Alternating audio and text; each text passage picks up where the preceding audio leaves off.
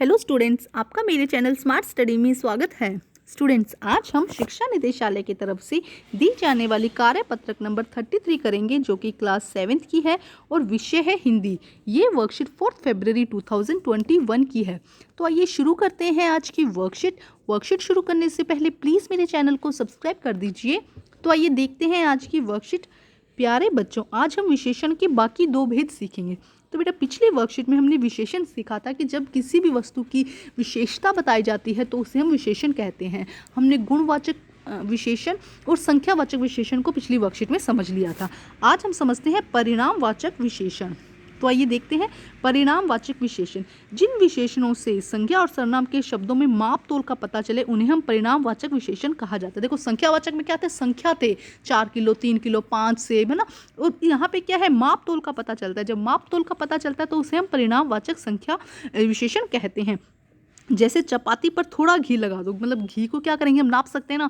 तो चपाती पर थोड़ा घी लगा दो, 5 मीटर कपड़ा थान में काट लो। तो देखो, इस तरह से क्या है, जहाँ पे क्या किया जा रहा है, नाप तोल की बात होती है, वहाँ पे हम क्या यूज़ करते हैं? परिणामवाचक विशेषण। 3 किलो आलू ले आना, सिर्फ 2 किलोमीटर का रास्ता ही रह गया है। 1 किलो चावल ले आना। परिणामवाचक विशेषण भी 2 प्रकार के होते हैं। क्या कहा जा रहा है कि परिणामवाचक जो विशेषण है वो कितने प्रकार के होते हैं? 2 प्रकार के होते हैं। निश्चित परिणामवाचक, जिन विशेषण शब्दों में किसी निश्चित मापतोल का पता चले उन्हें निश्चित परिणामवाचक विशेषण कहते हैं। जैसे कि 2 किलोमीटर, 5 मीटर, 3 गज, 2 गज, 10 लीटर, 5 सै। देखो, जिसमें भी क्या होता है? निश्चित, जैसे कि संख्या आ जाए, इसके अंदर ध्यान रखेंगे, संख्या लीटर, 5 सै ना। तो यहाँ पे क्या कहा जाएगा इसको? कि 2 किलोमीटर, 5, 3 गज, ये सब क्या हो गया? यहाँ पे भी माप तोल का पता चल रहा है ना। तो ये क्या हो जाएंगे? परिणामवाचक। और जो अनिश्चित परिणामवाचक विशेषण क्या है? जिनमें हमें निश्चित माप तोल का पता नहीं चलता है, उसे हम अनिश्चित परिणामवाचक विशेषण कहते हैं। जैसे कई मीटर, थोड़ा कपड़ा, बहुत अनाज, काफ़ी दूध, कई लीटर, है ना। जैसे कि कई विद्यार्थी स्कूल आए, तो वो क्या था? अनिश्चित संख्यावाचक था। ठीक है, स्टूडेंट्स को हम गिन सकते हैं। जैसे कि कई दूध, काफ़ी दूध, तो दूध को क्या कैसे किया जाएगा? मापा जाएगा ना। ठीक है, तो इस बात का ध्यान रखेंगे। जब सिर्फ संख्या किसी वस्तुओं को गिनने के लिए की जाती है कि 5 विद्यार्थी आए, तब वो संख्यावाचक हो जाएगी। 5 किलो दूध, तो किलो को हम नापेंगे तो वो क्या हो जाएगा?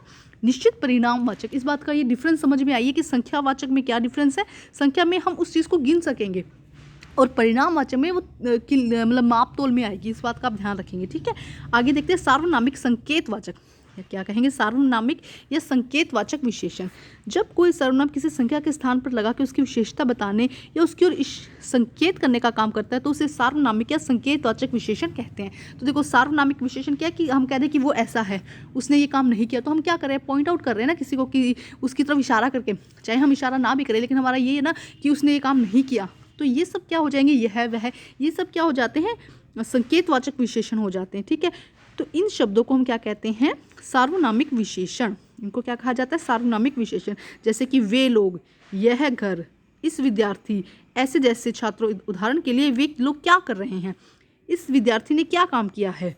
यह घर मेरा नहीं है। तो देखो, संख्या की विशेषता बता रहा है। सीधा आ जाता कि घर मेरा नहीं है, तो इस घर क्या हो जाती है? संज्ञा। लेकिन यह घर, तो यह क्या हो जाएगा? यहाँ पे यह घर की विशेषता बता रहा है, तो ये क्या हो जाएगा? यह सार्वनामिक या संकेतवाचक विशेषण हो जाएंगे। ऐसे वैसे छात्रों से बात नहीं करता, तो छात्रों ऐसे वैसे क्या बता रहा है? छात्रों की विशेषता बता रहा है, तो वो क्या हो जाएगा? सार्वनामिक विशेषण। अब देखते हैं, यहाँ कुछ क्वेश्चन दिए हैं, जैसे कि वह कमल मेरी है। जैसे कि देखो क्या क्वेश्चंस दिए गए हैं। वह कमल मेरी है, दाल में थोड़ा घी डाल दो, मेरे पास कई मीटर कपड़ा है, तुम 3 किलो आलू ले आओ। तो यहाँ देखो कौन कौन सी सर्वनाम विशेषण का प्रयोग हुआ है उसके बारे में हमें बताना है। तो आइए करते हैं इसे सॉल्व। तो देखिए बेटा, कैसे सॉल्व करेंगे। देखो, वह कमल मेरी है, तो ये क्या हो जाएगा? सार्वनामिक विशेषण। थोड़ा सा ध्यान रखिएगा बेटा करते हैं। ये क्या है? सार्वनामिक विशेषण, मतलब संकेतवाचक विशेषण। दाल में थोड़ा घी डाल दो, तो थोड़ा मतलब कि अनिश्चित, मतलब पता नहीं, घी को हम नाप सकते हैं लेकिन कितना घी डालना है ये हमें पता नहीं, तो ये क्या हो जाएगा? अनिश्चित परिणामवाचक विशेषण।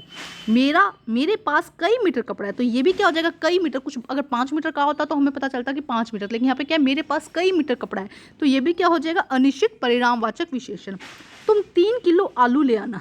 3 किलो आलू को हम नाप सकते हैं, इसलिए परिणामवाचक हुई, लेकिन 3 किलो मतलब एग्जैक्टली हम उसको नाप सकते हैं, तो ये क्या हो जाएगी? निश्चित परिणामवाचक विशेषण।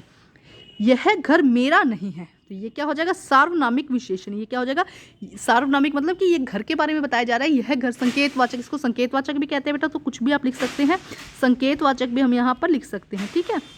तो क्या हो जाएगा, यह घर मेरा नहीं है, तो ये संकेतवाचक होगी या सार्वनामिक होगी।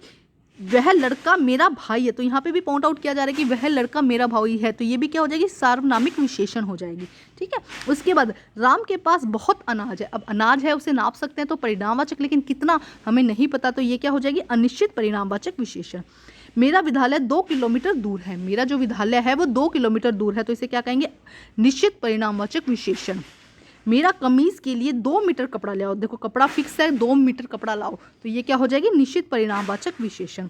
जाओ बाजार से थोड़े चावल ले आओ। थोड़ों को हम नहीं आइडिया लगा सकते कि कितना है, तो क्या हो जाएगा, अनिश्चित परिणामवाचक विशेषण, ठीक है स्टूडेंट। तो बेटा आज की जो वर्कशीट है वो कंप्लीट होती है। वर्कशीट कंप्लीट करके अपनी टीचर से चेक कराइए और प्लीज़ मेरे चैनल को लाइक कीजिए, सब्सक्राइब कीजिए और शेयर कीजिए। Thank you students.